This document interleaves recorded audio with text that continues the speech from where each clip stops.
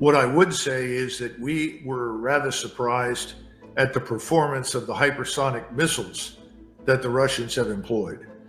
We were surprised because they were not just effective in terms of speed, but they were unstoppable and they were accurate and precise.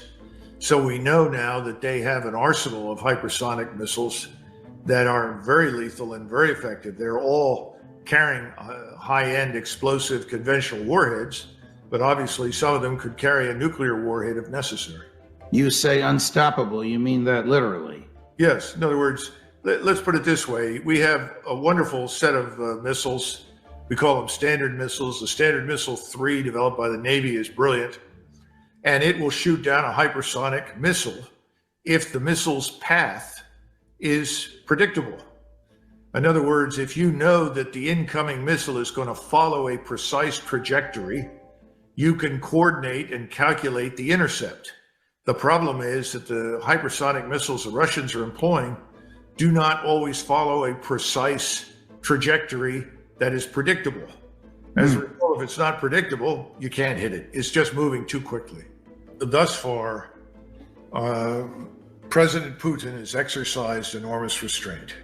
Thus far, he's held 300,000 Russian combat troops in reserve. He's kept only the forces necessary forward in defensive positions. He has held troops in reserve also in Belarus. And he has allowed the Ukrainians, simply because it worked to his advantage, to destroy themselves in attack after attack after attack. The Ukrainians have now effectively run out of manpower. They have almost nothing left. Every time they talk about having broken through somewhere or advanced, it's been a lie, completely untrue, carried by all the Western news media.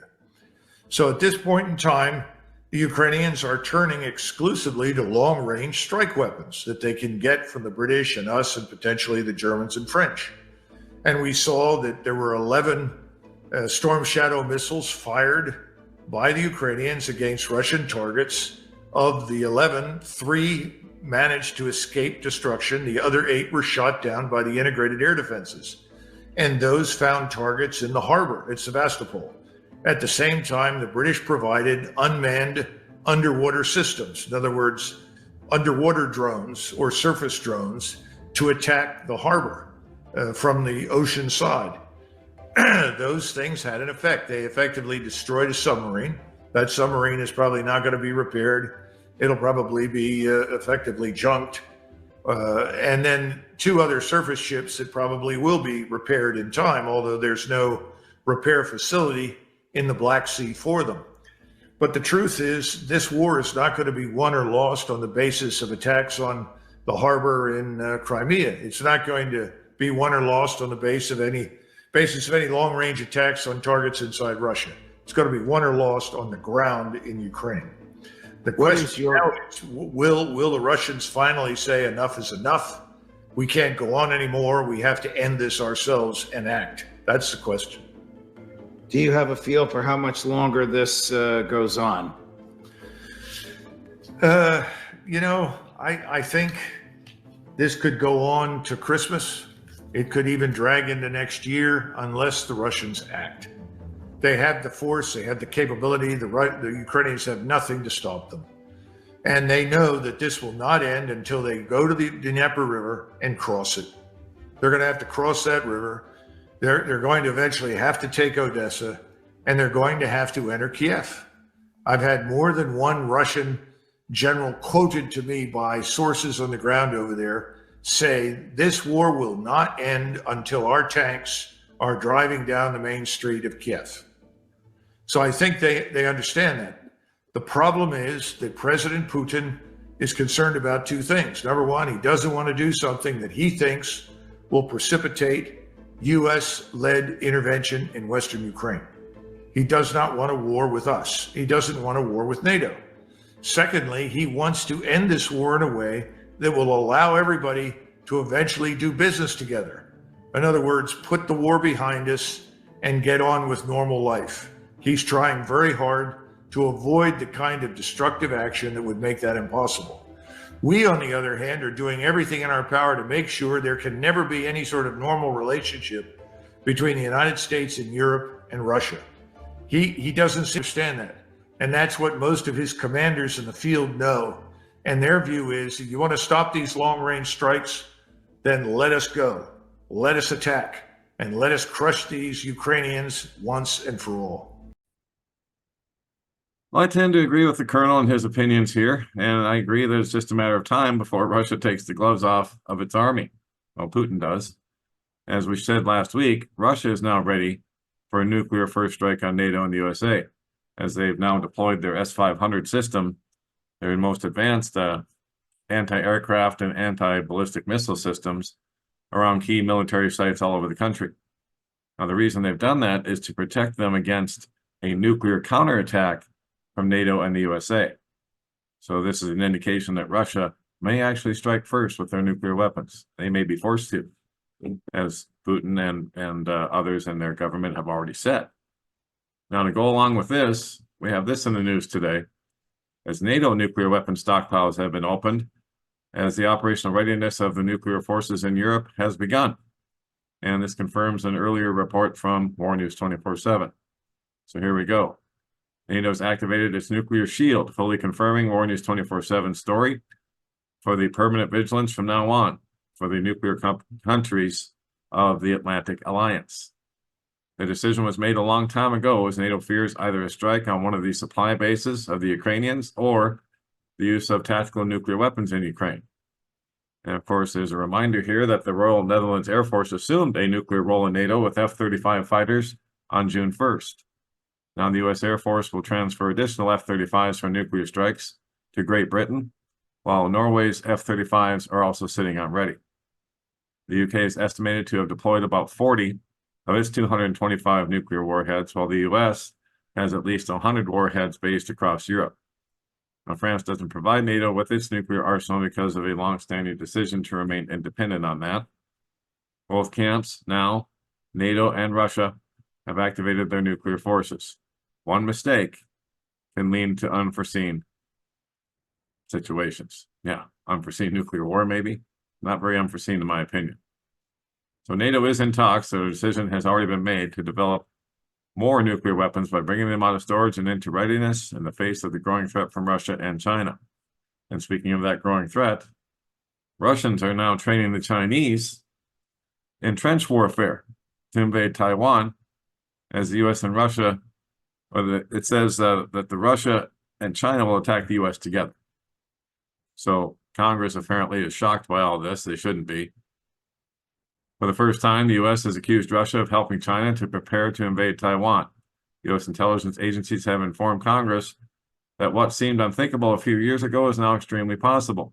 Russia is not only training the Chinese army, but the two countries will synchronize to attack Taiwan. Now, this is not saying that this will be a joint invasion of Taiwan by Russia and China together. However, it does mean that Russia could coordinate militarily with China to open a second front if it attacks Taiwan. And I believe that is the plan. I've talked about this before, that when Russia attacks the U.S., China will take Taiwan simultaneously and also support Russia in their action as well. So in more detail, the director of the U.S. National Intelligence Service, Avril Haines, spoke to Congress about the possibility of such cooperation. Said this is the first time we've seen China and Russia exercise together on Taiwan, and recognize that this is a place where China definitely wants Russia to work with them, and we see no reason why they shouldn't do that.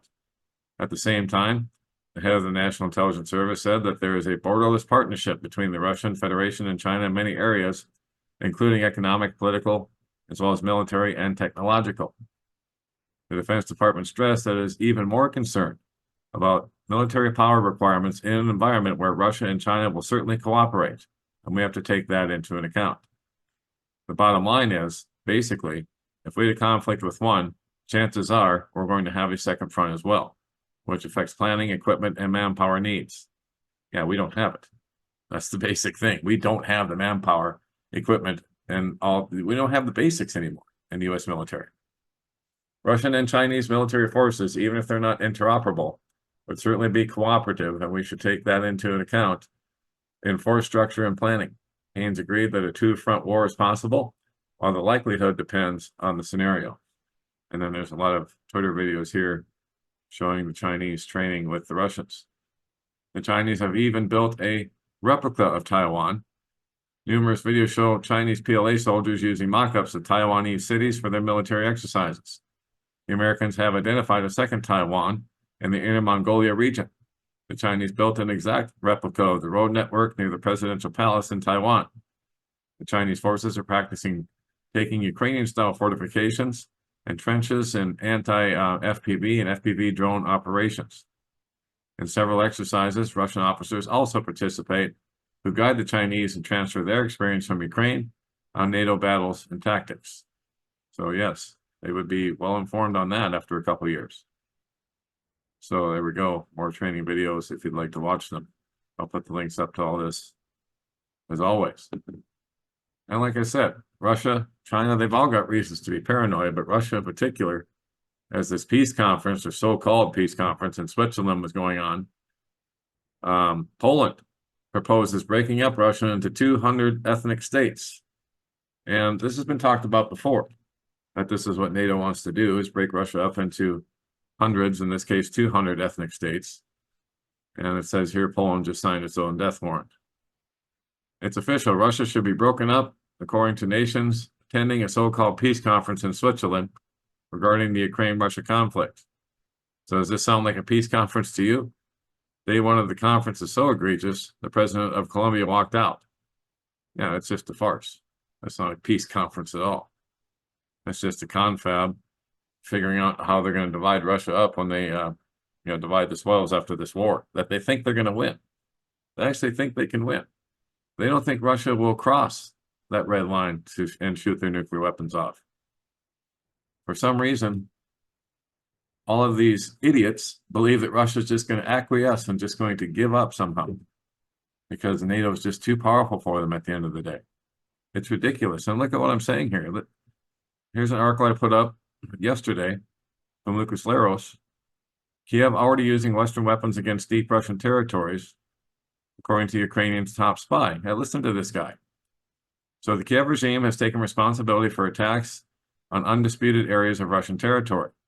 In a recent statement, the head of the Ukrainian military intelligence said that his country is already using Western weapons in deep strikes against Russia. Another reason for them to strike us, guys.